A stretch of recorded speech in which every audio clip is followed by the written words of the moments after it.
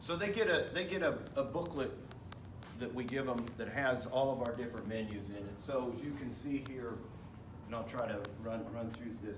So we have a bunch of different warm-ups. We have Series A, B, C, D, E, competition warm-up, which is on a separate sheet that I'll show you. So when they come to practice, let's say if we go back here to this sheet, then you say that on Monday they got warm-up E. Well, I don't have to tell them what warm-up E is. They have a book that tells them what warm-up, and the kids have it memorized, after they get here. So it's never, the new people just come and follow the old people because the old people know every menu, But it tells them exactly what it is that they're supposed to do on that particular day. Then if we go back over here, just in looking at the workout, then as I told you, they got 6 times 30-meter accelerations. All right, so that's going to be the stick drill probably. You see what I'm getting at? So they're doing that. Then they have what's called 200 to hard way, and the RI always tells them how much rest you're going to get between each effort. So this is speed endurance work. So if you look at your chart, you'll see that we're running 200 the hard way, so it's 4 times 50 meters with 1 minute rest between. All right, so it's one of our big, we go 200, and then the next cycle would probably be 300, and then the next cycle is probably going to be 400 the hard way. We get up to 400 the hard way, and that's it, that's far. Then we're still at 1 minute rest on all the efforts. But as we go through the season, we may, without them knowing it, we may drop it down to 50 seconds instead of a minute, but they don't know it. But so we're manipulating, just slightly manipulating a little bit about what we're doing. Then, so that's our group 1. Remember, the 1-2 people, right? 100 meter, 200 meter people. Then we got our group 2. They're running a couple 600s. This is the pace that they're running, and they get 5 minutes rest between each one of those. And then when they run these 300s, they're only getting 1 minute, and we're trying to run this pace. That's how do I want to say? That's their introduction to lactic acid. That's their introduction to the body as we go through the year. The more the body can tolerate and deal with lactic acid, you with me? The faster they're going to be able to run. So they get a lactic acid workout. And then they go in and they do weights day 1. We have weights day 1, day 2, and day 3 they get, and I'll show that to you here in a little bit. But they go in and do weights day 1, and then we always, after weights, almost always on day 1, we'll have what's called shot throws, which is a series this says, what does it say? A times 4. And if you go over here to the menu, probably somewhere in here is shot throws. Let's look, see here's shot throws. So they're doing between the leg forward, overhead backwards, and squat chest and hammer hip. So, women are throwing the 4K shot, and the guys are throwing a 12-pound shot when they're doing their shot throws. So you can see all the different menus that we have. And cool down routines and the whole 5 and 9. So, they have this in their book, and like I say, they pretty much always have this stuff memorized. Now, if we go back, let's go back to the workout sheet.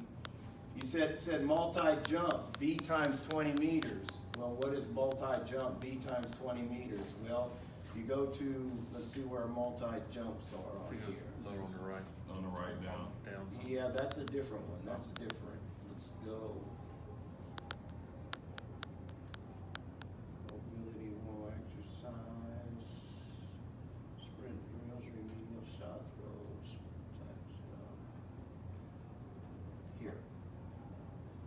Here we go. Multi-jump series. What series was it? It must have been B. Okay. So it's lower forward. This is all work that we have a series that works from the knee down. You've heard of shin splints, right? This eliminates that problem. Okay. If you're doing these we call them baby bounds. Okay. So it's like 20 meters that way. Other legs. So routinely during the fall, we're always doing baby bounds. To hopefully eliminate the shin splint issue. So I guess my point is that all of the different menus that we have we're always trying to achieve a specific thing in the workout, and I always felt like If they know why they're doing it, they're more likely to buy into doing it right and understanding how it helps them. So everything we do, you could call any one of the kids in here probably that have been here for at least a year, and they can tell you exactly why we're doing this day and why we're not doing it that day, and how the training's organized. So Monday's usually, I call it kind of an acceleration and power day. Tuesday is usually an endurance strength day. Wednesday is mobility exercises and kind of recovery day, because what do we do Thursday? We want the central nervous system rested, because that's maximum velocity sprint day and race distribution day. And then Friday is usually a recovery workout, which is, we always do a circuit. That was that other multi-jump thing that you saw on there, where they do an in-place jump, then they do some, we're out on the grass now. They do the multi-jump drill, then they do a sprint drill on the grass, and then they go for a run. Would that be like, that's the day before y'all meet? No, that's in the fall. Oh, we're not in yet. No, we're in the fall. Yeah, we're in the fall. I'll go through, so if you look at this sheet here, if you look at this sheet, this is October 1 through 7. You see what I'm saying? That's fall, what we're doing. Then you go Tuesday, we got general strength. They do a circuit in the weight room. We call it bodybuilding. You can call it restoration lifting, whatever you want to do, whatever you want to call it. This is 6 times 40-second runs with a 1-minute jog between, so it's a continuous run on the grass. We're in October now, okay? Wednesday, I told you, is a drill day, you know, and another weight day and some shot throws. Thursday is, you know, we do multi-jump sand jumps, you know, standing long jump, standing triple jump, double leg hops, a whole bunch of different plyo work into the sand. Then they go to the football stadium. As you can see, they love that. They only go halfway up. This is very, very tough. But I tell you what about stadiums the kids learn and understand is going up is important. But the way you come down the stairs is equally as important. So you have to just walk down slow and fire up, because you're trying to work eccentric and concentric motion by doing the stadiums, and they get that. And then this is that jump run I was talking about, where we do the plyo drill and then the sprint drill and then the run. Okay, it tells them how long the runs are going to be. And then on Saturday they have a whole bunch of sled pulls for 100 meters, which really is very difficult with the sleds. So that's October. Let's move on. Let's see if we can go farther into it here.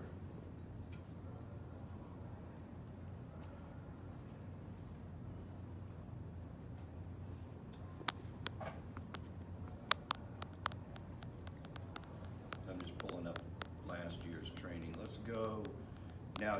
Let's go to a typical, let's say, indoor track meet week. You can kind of see how things have changed quite a bit. They're doing, this particular week, they're doing some stuff here, tempo. So we must have got back late from a meet on Saturday, the week before. Okay, so I don't feel like they're ready to sprint. So we're doing some tempo work, move to here. Obviously our meet's on Friday. So our speed development day and some block, the sled pulls contrast training I talked to you about earlier, we're doing all of that on Wednesday. This is pre-meet day for us. What we're doing pre-meet day, we're probably traveling someplace for this particular meet. So we get to the track on that day and we do that, and then they competed here. This is initials for each athlete, so they know exactly what they're doing that week. On Monday, they know what races we're asking them to run. And then Saturday, when we return, we had a shakeout on their own that they were supposed to do. So when do y'all typically do film days? If we were to do any kind of video on this particular week, it would have been this day. Would have been that day. We do some video in practice. Okay, so, and I know not everybody, but we got TVs and iPads. So they can just do it. We just plug the iPad in and show them on the TV. You know, it's right at the track. So they do a start. Here, look at this. You know,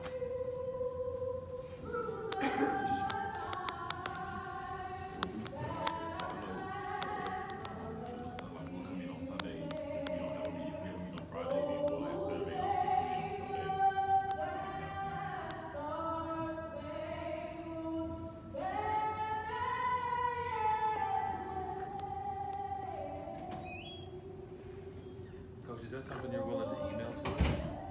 Yeah, I can email it to you. I would say you kind of got to adapt everything to your situation. Yes, sir. You Yes, know. sir. Now I'm going to run to something else here. You'll see how things have really changed. Let's go to. Now we're in April. This is the week we're hosting the Alumni Gold Week. And so you can see this is April 15 through 22 or 21. You know, no week looks alike, you know what I'm saying? It just depends upon what I think we need to do based upon what we've been doing to that point. So, and then once again, it tells them they have this day off because it's an annual awards banquet that we have at the hotel here in town, and then this tells them what they're doing then too. And I'm going to show you another one too.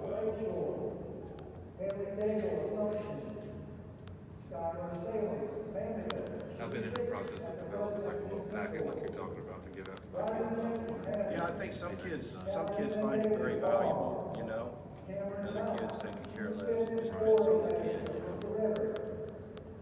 Let's see.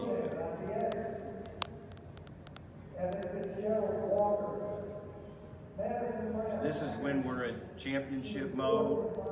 These are the first 3 days of the NCAA championship. You can see this is going to be a travel day. This is what we do at the track, and then they know what they're doing each day. The first 3 days, because our NCAA meets 5 days now. We got 3 days in the preliminary round, and then we go to the final site, which is on TV, and the men run one day, and the women run the next, and men and women. So, but they know what it is that they're doing and everything. Questions? Got questions?